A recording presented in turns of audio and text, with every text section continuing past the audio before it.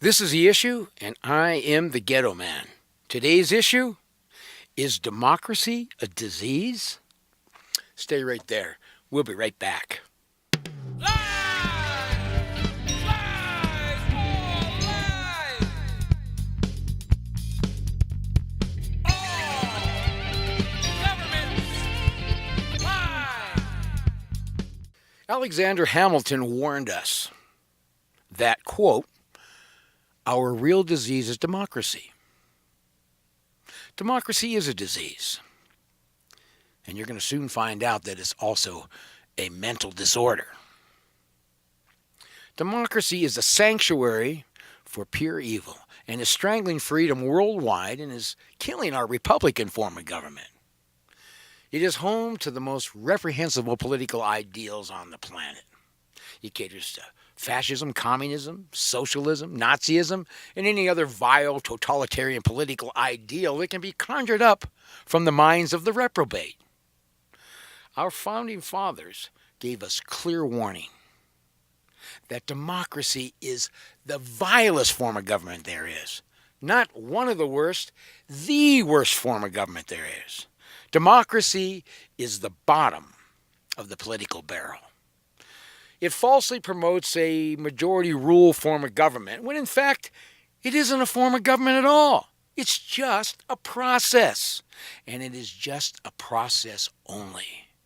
A process that is used to move from one form of government to another form of government. I think it was best said by the British historian Alexander Fraser Tytler. Quote, a democracy cannot exist as a permanent form of government. It can only exist until the voters discover that they can vote themselves the largest from the public treasury. From that moment on, the majority always votes for the candidate promising the most benefits from the public treasury, with the results that a democracy always collapses over loose fiscal policy, always to be followed by a dictatorship. Unquote. Democracy creates the illusion that the people are in control of their destiny, that the will of the majority is best for the whole of the people, when in fact, as Alexander Tytler said, the opposite is true. The most effective and efficient way to destroy any existing form of government is to promote and establish the democratic process, and promote the democratic process as a legitimate form of government when it is not. It is through the political process of ideas that the majority of a nation's citizens are convinced, one way or another, that voting for a certain ideal will benefit the whole of the people. Democracy is a confidence game. It's a con job. Once an ideal has been accepted by the majority, its implementation is then achieved by vote through the so-called will of the majority. Okay, simple example of how this works. Let's say that we establish a democracy. Now, each person in this democracy has one vote. Okay, the form of government and all the laws passed in our democracy will be based on the will of the people. Sounds good, right? Let's say in our democracy, the majority of people want to establish communism as the basis of its government. Okay, so they take a vote. Lo and behold, through the magic of the democratic process, the majority of the people vote in communism. Okay, do you have a democracy anymore? No, you have communism. You don't even have the right to vote anymore. There is no democratic process within communism.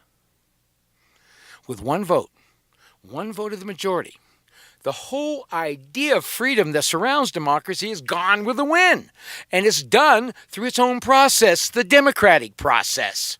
Let that sink in for just a moment. Democracy only works with small groups of people. You know, like ordering the toppings you want on a pizza. How many people want cheese and how many people want pepperoni? Let's take a vote. Now, because democracy is a process, and not a true form of government at all, it's always used as a weapon to overthrow an existing form of government from within. You know, the traitor, the domestic enemy, the enemy from within. It is the sole purpose of the Democratic Party today to overthrow our republic from within, using the democratic process as its vehicle to replace our Constitution with communism. The enemy from within, the Democrats, have been filling all three branches of government with people hell-bent on passing and enforcing unconstitutional laws for decades now. The courts, the legislature, and law enforcement, all filled with Democratic traitors. Most are compromised pedophiles. These Democratic traitors, they can be found in both parties. Yes, there are a multitude of undocumented Democrats in the Republican Party as well. They are referred to as rhinos, or rhino, Republican in name only. What they are is just Democrats in Republican clothes. I call them Demo-Republic Nazis. They're all hell-bent on destroying our republic and bringing in world communism. But the Democratic Party is the most vile of the two, 100% committed to the complete overthrow of the United States of America, its Constitution, and our Republican form of government.